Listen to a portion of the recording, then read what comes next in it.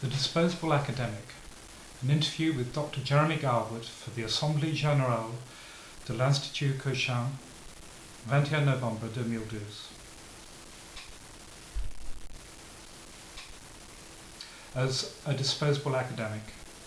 This was the title of an article I wrote for Lab Times investigating why so many highly qualified researchers are working on short-term employment contracts, notably in the United States and the United Kingdom.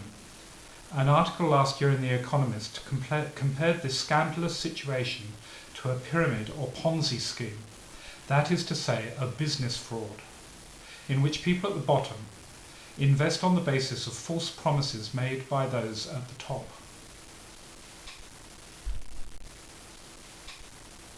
In the United States, the hierarchical distribution of PhD employment certainly resembles a pyramid, especially in biomedicine. A typical department pyramid might have a full professor at the top, with several associate professors.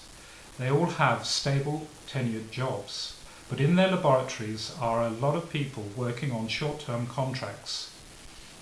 Some are assistant professors, many are postdoctoral researchers, and even more are PhD students.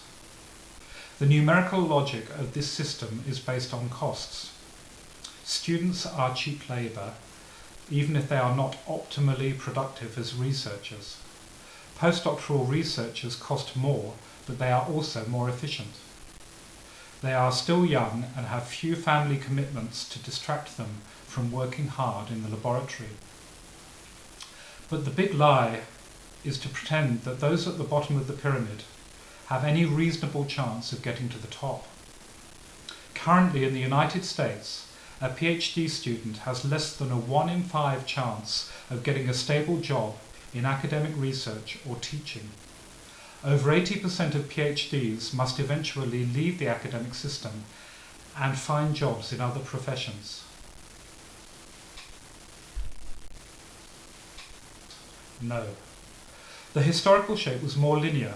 This meant that each successful PhD student had a good chance of getting a secure academic job. This was particularly true after the Second World War, when there was a huge expansion in higher education and public research. This led to a demand for more PhDs to fill jobs in expanding universities. Students were encouraged to study for PhDs, and more funds were made available to support them.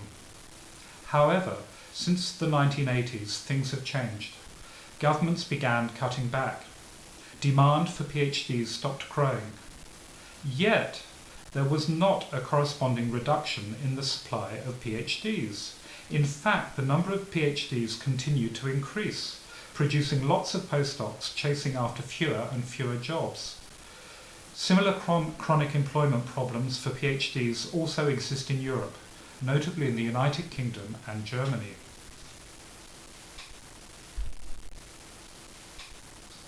There are several reasons. First, the US government got the figures wrong. It accepted forecasts that the US economy would continue to need more scientists to meet future demands.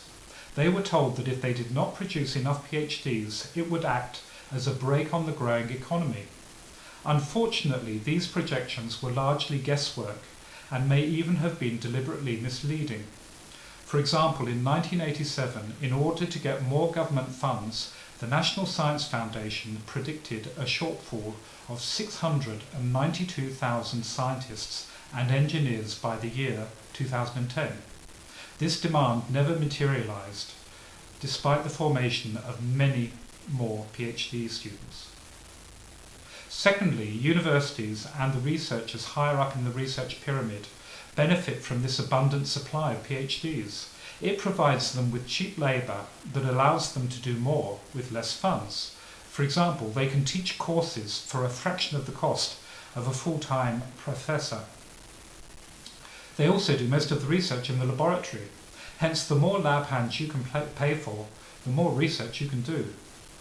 Students and postdocs find themselves operating in a kind of research machine.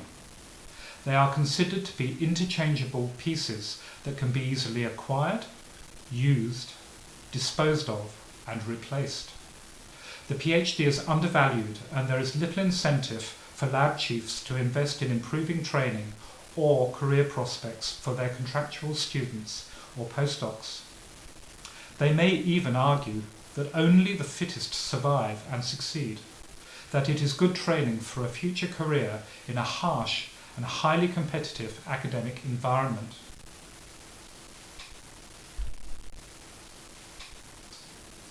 Classical labour economics cannot explain why rational students who are informed of this situation are still prepared to study for a PhD.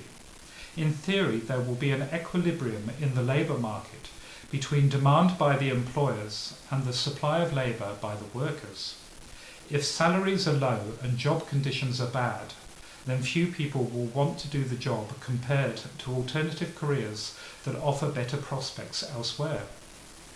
However, in academic science at the moment, we seem to have a situation where, irrespective of low job benefits and the lack of demand by universities and research institutions, there is an abundance of potential qualified workers to choose from.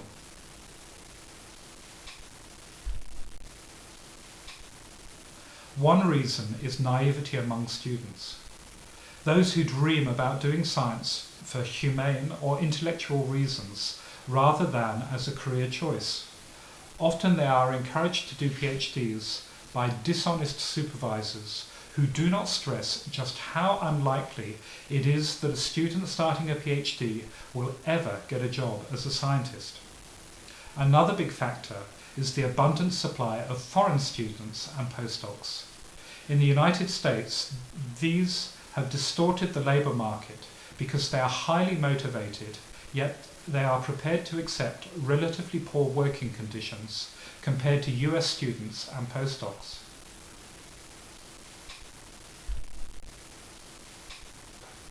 No. In the United Kingdom, academic tenure was abolished in the 1980s. This means that even researchers at the top of the pyramid no longer have job security. They can also be employed on 3 to 5 year contracts that are not automatically renewed. UK universities are now run like businesses by modern managers who believe in the efficiency of the private sector and who follow business plans. Managers can decide not to re-employ researchers who fail to meet the aspirations of their business model. See, for example, my recent article on how UK academic values no longer add up.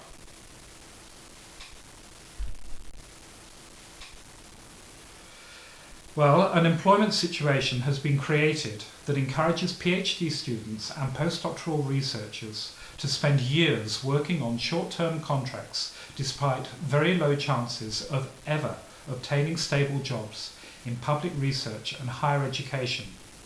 There is an oversupply of PhDs who are undervalued and treated as a source of cheap labour. They are the disposable academics.